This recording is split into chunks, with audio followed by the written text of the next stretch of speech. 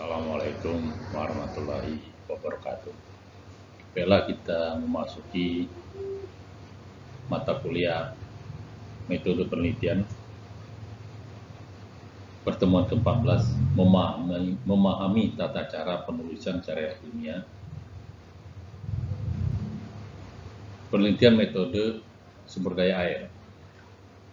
Ini adalah gambaran ilustrasi bagaimana meneliti itu memerlukan tim, memerlukan diskusi, memerlukan tenaga, pikiran, dan lain sebagainya.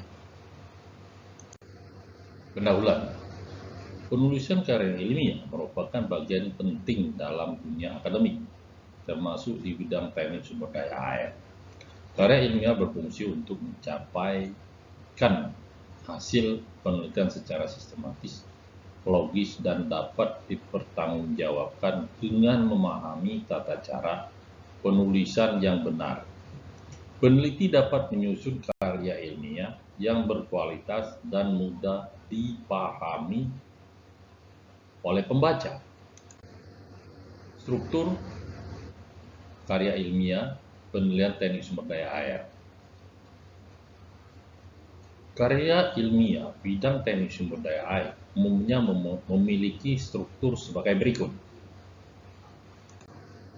Judul harus mencerminkan isi penelitian secara jelas, ringkas, dan spesifik, mengandung variabel utama yang diteliti. 2. Abstrak, berisi ringkasan penelitian yang mencakup latar belakang, tujuan, metode, hasil, dan kesimpulan. Ditulis dalam satu paragraf dengan jumlah kata sekitar 150 sampai dengan 250 kata.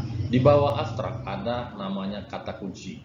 Kata kunci itu maksimal 5, minimal 3 kata kunci yang mencerminkan dari abstrak tersebut.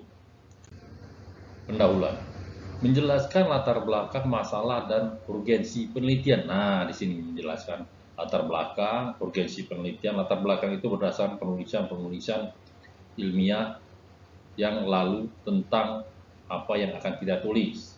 Kemudian sudah diindikan kita buat doi-nya di daftar pustaka minimal 5 penelitian terdahulu yang ada di latar belakang. Menyertakan rumusan masalah. Apa permasalahan yang ada di lapangan? Tujuan penelitian. Itu ada tujuan penelitian. Kalau tujuannya 3, itu boleh 3, kesimpulannya boleh lebih. Tapi kalau tujuannya 3, kesimpulan kita 1, itu tidak diperkenankan. Kalau lebih, tidak apa-apa. Serta batasan masalah. Jadi dibatasi masalahnya tergantung lokasi, di mana batasan masalahnya, kemudian apa yang akan diteliti, menyajikan tinjauan pustaka secara singkat untuk menunjukkan kesenjangan penelitian. Daftar pustaka tadi, jangan lupa doi-nya, 5 tahun terakhir, 10 tahun boleh. Metode penelitian. Menjelaskan metode yang digunakan dalam penelitian termasuk lokasi. Lokasi ini bila perlu peta Google Map, ada titik koordinatnya, dan waktu penelitian. Waktu penelitian itu minimal 6 bulan. Data yang digunakan, data primer, data sekunder. Diinikan dulu sih data sekunder itu apa, data primer itu apa, berapa datanya, digunakan untuk apa, teknik pengumpulan data dan analisis, model atau perangkat lunak yang digunakan dalam analisis, menggunakan apa, software apa, hasil dan pembahasan. Menyajikan hasil penelitian dalam bentuk tabel, grafik atau diagram. Kemudian ini dibahas, dianalisis, menganalisis hasil penelitian dan membandingkan dengan teori atau penelitian terdahulu. Jadi dibandingkan, sudah ada tabel, sudah ada grafik, sudah ada diagram, itu dianalisis, dibuat keterangan, dibuat kata-kata tentang tabel tersebut, memberikan interpretasi terhadap temuan penelitian, kesimpulan dan saran. Menyampaikan kesimpulan berdasarkan hasil penelitian. Nah, ini kesimpulan ini dari awal tadi, kalau tujuannya 3, kesimpulannya 3, lebih tidak apa-apa. Kemudian jangan sekali-sekali tujuannya 3, kesimpulannya 1. Kalau dia A di tujuan, di kesimpulannya A juga. Kalau B, di kesimpulan B juga. Menyertakan saran untuk peneliti selanjutnya atau implementasi dari hasil penelitian tersebut. Daftar pustaka mencantumkan semua referensi yang digunakan dengan format citasi sesuai dengan format APA, EEF, dan lain sebagainya. Kita menggunakan APA.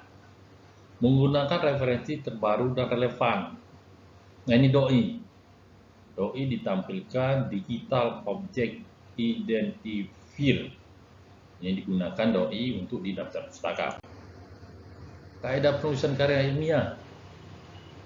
Science Writing Route. Ini gambar-gambar lagi meneliti, lagi membaca, lagi menulis, dan diskusi antar sesama peneliti. 1. Bahasa ilmiah, menggunakan bahasa baku. Nah, bahasa baku ini bahasa Indonesia. Itu kalau untuk Sinta 1, 2, 3, kemudian bahasa Inggris, bahasa Prancis, bahasa Spanyol. Tapi yang umumnya untuk Sinta 2 atau Scopus itu menggunakan bahasa Inggris. Objektif, jadi harus objektif dan akademik, jangan keluar dari akademik. Menghindari penggunaan kata-kata subjektif atau emosional. Kata-kata marah itu tidak boleh. Konsisten format, mengikuti panduan penulisan yang telah ditetapkan oleh institusi jurnal. Institusi atau jurnal. Institusi kita apa? Unmura. Jurnal kita ada jurnal yang diterbitkan oleh Prodi Teknik Sipil. Itu juga dari Unmura itu ada fakultas, ada Prodi Teknik Sipil, kemudian jurnal juga ada format. Menjaga konsistensi dalam penggunaan istilah dan gaya penulisan. 3. Penggunaan sumber daya kredibel, mengacu pada literatur dari jurnal ilmiah, buku akademik, atau sumber terpercaya lainnya. Menghindari plagiarisme dengan mencantumkan sumber secara jelas. Kemudian ada Turnitinnya. Kalau di teknik itu 24%, kalau tempat lain ada 40, ada 30, ada belas-belasan itu Turnitinnya. Ada tabel-tabel Turnitin dibuat nanti. Menyajikan data dan ilustrasi, menyajikan data dengan jelas dan akurat. Menggunakan grafik, tabel, diagram untuk memperjelas hasil penelitian, kemudian dibahas data tabel tersebut. Demikianlah, sekian dan terima kasih. Wassalamualaikum warahmatullahi wabarakatuh.